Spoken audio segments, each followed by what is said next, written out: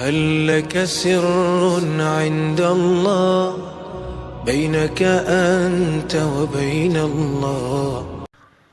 الا یا ایها الاول بنامت ابتدا کردم، برای عاشقی کردن بنامت اقتدا کردم.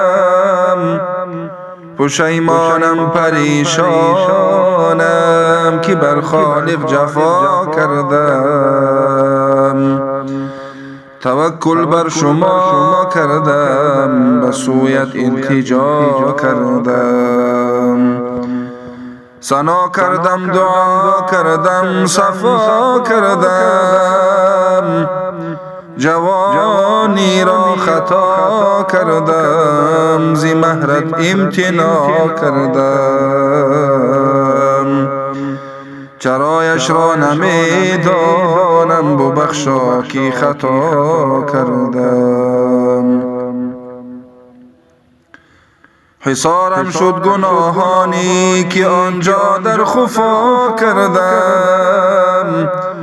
خداوندا تو میدانی، سری غفلت چها کردم. دلم پر مهری تو، اما چی بی پروا گناه کردم.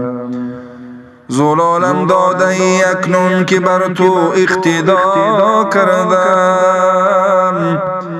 رهت گم کرده بودم من که گفتم اشتباه کردم. زبانم قاصر از مدح و کمی با حق صفا کردم. سرم شوریده میخواهی، سرم از تن جدا کردم. شدی شافی برای دل، تقاضای شفا کردم. صدا کردی که ادعونی، خدایا من صدا کردم. ضعیف و ناتوانم من، به درگاهت ندا کردم. طلسم از دل شکستم من، که جادو بے بها کردم. ظلمتی نفسی اماره که شکوه بر صبا کردم. علیمی عالمی بر من، ببخشا که خطا کردم. غمی غمگین به دل دارم، که نجوا با خدا کردم. فقیرم بر سری کویت، غنی را من صدا کردم. قلم را من به قرآن کریمت مقتدا کردم. کتابت ساقی دلها، قرائت و الضحا کردم.